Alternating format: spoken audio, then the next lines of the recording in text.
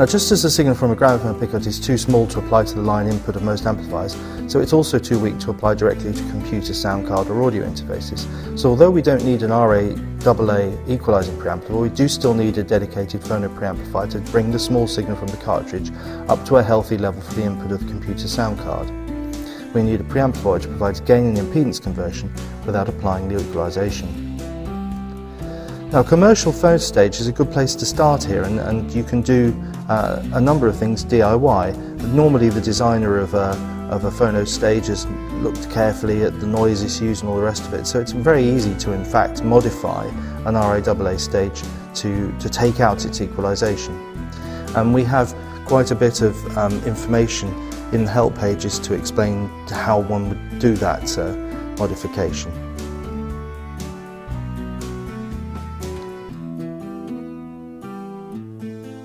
Now, the alternative is Phaedrus Audio's Groove Sletuh preamplifiers, which were developed in conjunction with Spatial Audio's Stereolab and guarantee extremely low noise, exemplary headroom, excellent linearity and an accurate and extended frequency response. The Groove Sletuh Mark II supports all moving magnet cartridges with an option to install very high quality mu metal screen transformers to support moving coil types. The preamplifier also supports the Phaedrus Audio Flux active moving magnet cartridge, another Phaedrus Audio innovation and our recommended configuration. A further advantage of the Groove Sletuh Mark II preamplifier over and above the DIY solution is the inclusion of iLoop, a wide bandwidth, low noise and distortion buffered loop through.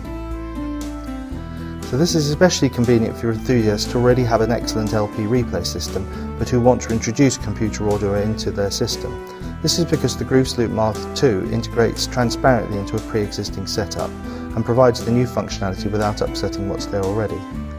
So we can see that the signal there from the record deck goes to the computer via the Groove Sletuh, and then via the iLoop goes back to the phono preamplifier.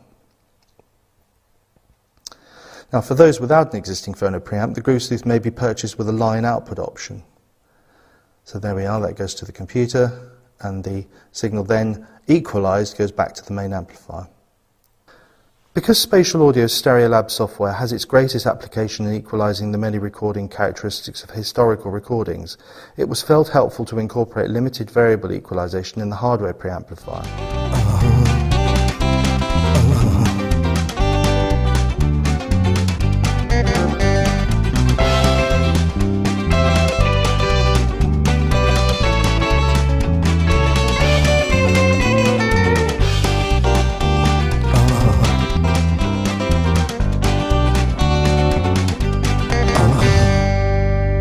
Let's have a quick look at the architecture of the Groove Sletuh.